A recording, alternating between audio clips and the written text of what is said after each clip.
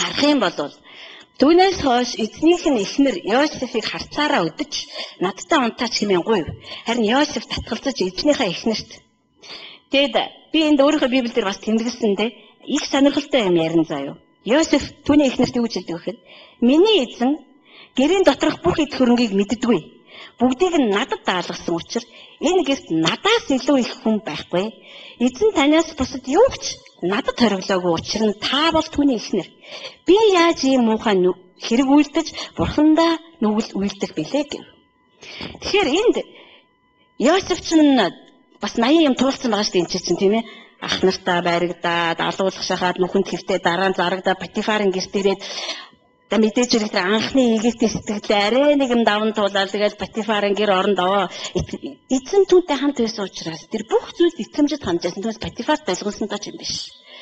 Бурхан түүнтэй хамт байсан учраас Йосеф бурхантай хамт байсан хэрэг түүний дотор нэг аимшигын асуудал байсан маа. Энэ юу байсан бэхээр би гэдэг үзэл байсан. Нэрэл ингээ харах юм бол миний эзэн бүгдийг надад даатгсан энэ гэрд надаас их хүн байхгүй, надад юу ч хориглоогүй, би яаж юм. Тэгэхээр чинь бид нар ярьж байгаа яриагаа хүртэл сонсох юм бол бид нар аягүй ингэж ярьдаг баг. Би яасан? Би яагаачгүй ч үрнаа захаш. Энд Йосеф бол үнэхээр бурхан тэгээ яасан бэхээр за энэ ерөөсөө ажиллахгүй бол болохгүй байна гэдгийг тэр харж байгаа шүү дээ. Тэгээ ажилласан. Тэгээ ажиллаж хагаад нөгөөдөг чинь Патифарын эхнэр чинь шогтоод шоронд орж байна. Шоронд орсны дараа Йосеф тэр фараоны хоёр зарц одоо бас цуг хоригдох гээд ирдэг тийм үү. Гэхдээ Йосеф шорон дотор ороод бас амжилттай байсан. Мэдээж амжилттай. Яг л бурхантай хамт байсан учраас. Гэхдээ би тэгээд ингэж бодлоо. Бурхантай хамт ийм ойр байгаа хүний дотор бас ийм юм байгаад байна. Гэтэ байна л да. Бурхантай хамт байгаа учраас бурхан түүнийг харуулж өгч байна. Тэгэхээр би юу ч хэлэх гээд байна вэ? Зөвхөн ариун сүнс бидэнд ийм асуудал байгааг харуулж өгдөг. Хүмүүс хэлэхээр ихэвчлэн бидний одоо миний гэсэн юм нь хөдөлдөг учраас дургуутж хүлээж авдаг түлхдэг. Харин ариун сүнс бидэнд харуулж өгөхөд бид нар түүний өмнө гимшдэг. Тэгээ би энэсээ заавал сална гэж шийддэг.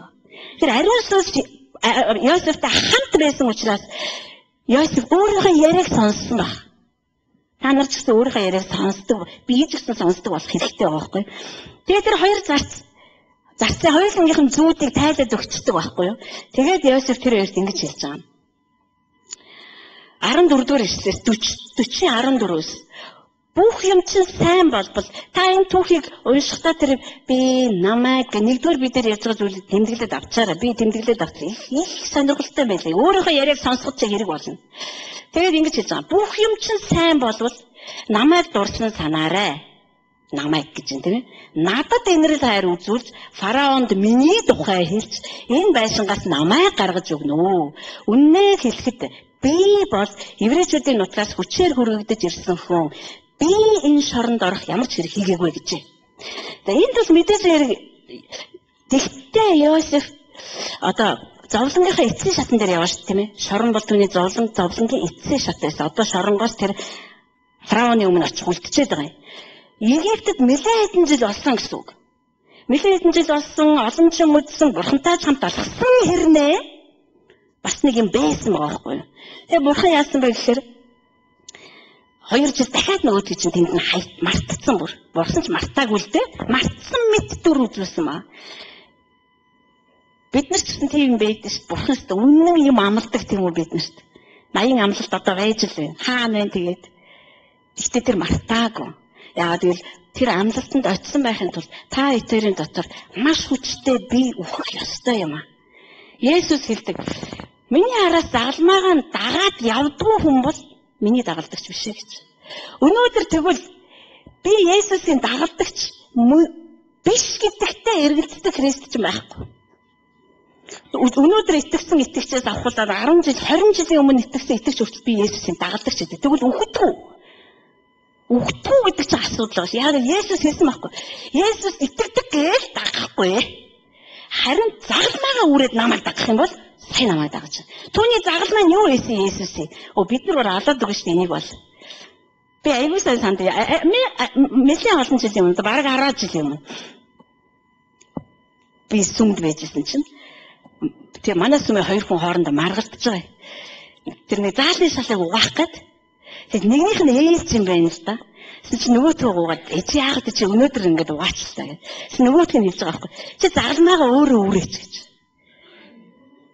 Тэгээ яг тэр үедээ би нөгөө итгээд нэг ганцхан жил мэлэл болсон бай 2 3 жил болсон.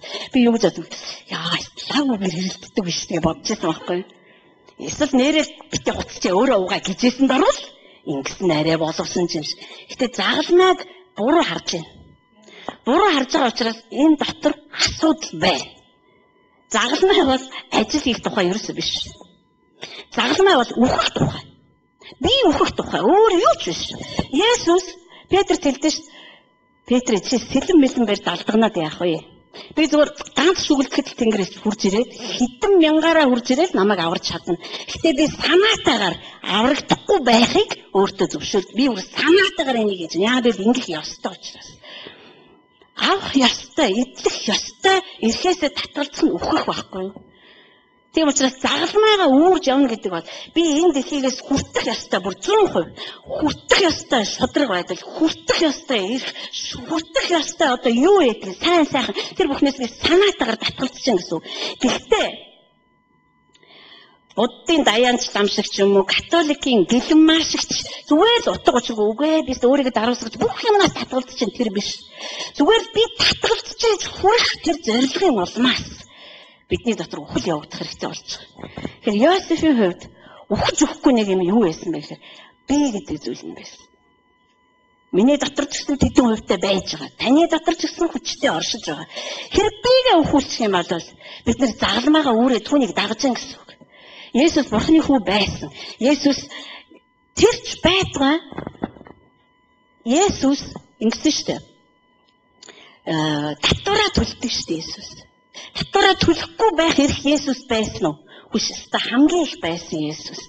Есүс өөрөө тэр татварыг чинь зохиогч нь гэж ярих юм бол. Үгүй тэр татварыг зохиосон хүмүүсийг бүтээгч нь. Есүс хой уучлаарай би бүтээгч чинь юм. Чи яахаар миний газар дээр амьдарч байсан надаас татвар нэхдэг. Тэгэж болох байсан. Харин бид нар хичнээн олон удаа ингэж өрөвлөцдөг вэ? Тэгж ярих юм бол би тэгэх ёстой байсан. Тэгж ярих нь би энийг авах ёстой байсан. Харин ч аваагүй нь баярлал. Энэ дандаа биднээс ямар амьд байгаагийг маань биднэрт харуулж өгдөг. Би намайг надад гэж өрөвлөж эхэлж штэ. Зүгээр хамгийн наад захын жишээ гэхэд бид нар ямар нэгэн буруутахад толгой зүрх сэтгэлийн хандлага нь байгаа учраас зүрх сэтгэл дотор сүнс дотор би амар амьд байгаа учраас Есүсийн мөн чанар маш бүдэг байгаа учраас бид нар шууд мэдрэж байгаа системээр дохио өгдөг баг. Тэгээ мэдрэлээ системнээс тарих руу дохио өгөөд энэ одоо буруутсан нөхцөл байдал би ямар ч буруугүй гэдгийг би хэрхэн хүмүүст ойлгуулах вэ гэдгийг гаргаж ирдэг баг. Энэ бол би ямар амьд байгааг гэрчилж өгдөг. Энэ би ерөөсө болоогүй байгааг гэрчилж өгдөг. Энэ ерөөсө дахин амьдлт явагдахгүй гэдгийг гэрчилж өгдөг. Яагаад гэвэл үхэхгүй бол амьлахгүй ш. Харин Есүс биднэрт өөрийнхөө дахин амьлсан амийг өгсөн ба. Тийм биз дээ. Түрүүчийн сургалтын дээр бид нэр ярьж байсан. Дахин амьлтын хичээлээ сонсоод бид нар гэж тэгжсэн. Тэгтээ дахин амьлахын тулд би үхэх хэрэгтэй болж үхэж чадах юм бол тэр дээр автоматар дахин амьлуулагдана. Тэгэхээр Йосеф дахиад 2 жил шоронд үлдсэн. Уул нь бол маш хүчтэй найдвар байсан. Тэр чинь одоо тий фараоны одоо ширээн дүүлцэлдэг 2 баг шүү дээ. За нэг нь өглөө ихэд нөгөөх нь амьд үлдэнэ. Амьд үлдсэнд гуйж байгаа байхгүй юу? Энд хүртэл Йосеф эдлэх ёстой эрхээ шаардсаар л байсан. Яагаад гэвэл тэр ингэж хэлсэн шүү дээ. Би бол ямар ч гимгүү. Есүс гимгүү байсан шүү дээ бас. Гэтэ Есүс би ямар ч гимгүү учраас та нар намайг ална гинэ гээгүй. Харин би гимгүү учраас би үхэх ёстой гэж бодож байсан. Тэр загалмаа бол ерөөс ажил биш. Загалмаа бол та хэдэрийн зүрх сэтгэл дотор байдаг тэр би гэдэг том хүн чинь үххийг л загалмаагаа үүрж яана гэсэн. Мэдээсний дотор олон юмнууд орж ирнэ. Яг энэ зүрх сэтгэлийн асуудлууд бүгд орж ирнэ. Үхсэн хүнд та тийм ээ. Чист амар буруутай шүү дээ. Эсвэл тааст ямар сайхан хүн бэ? Эсвэл одоо яа гэм бүр энэ хараа амар гоё алтайгаа үз. Яагаад тэр хүн чиччихгүй үхсэн чинь тэр чинь. Нас барсан хүнээс одоо хавсных нь хажууд очив. Чи үхсэн биш чи. Хогч. Чамаа нам тавчих гэсэн. Гэсэн чи тэр яах вэ? Ингээд хөвчээ.